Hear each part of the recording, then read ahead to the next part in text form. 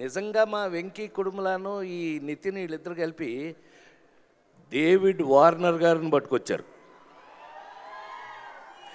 ఈ David Warner నిన్ను cricket అది కాదు క్రికెట్ ఆడవాయానంటే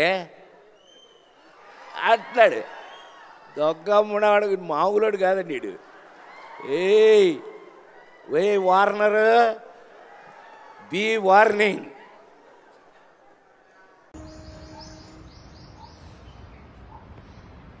నా ప్రాణానికి ప్రాణమైన తెలుగు ప్రేక్షక దేవుళ్ళందరికీ నమస్కారం. మొన్న రాబిన్హుడ్ ప్రీ రిలీజ్ ఈవెంట్లో అనుకోకుండా డేవిడ్ వార్నర్ మీద నా నోట్లోంచి ఒక మాట దొర్లింది.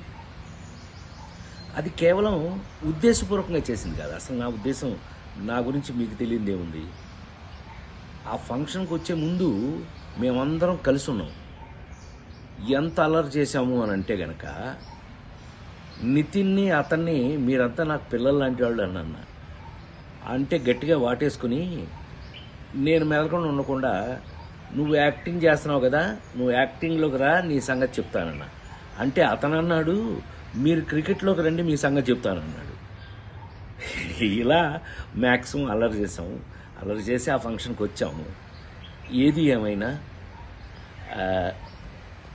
I love David Warner. I love his cricket.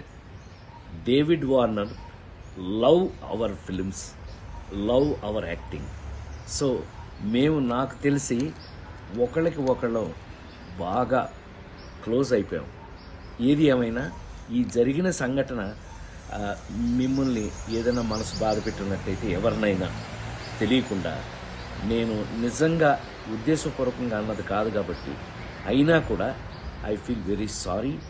నేను మీ అందరికీ సారీ చెప్తున్నాను.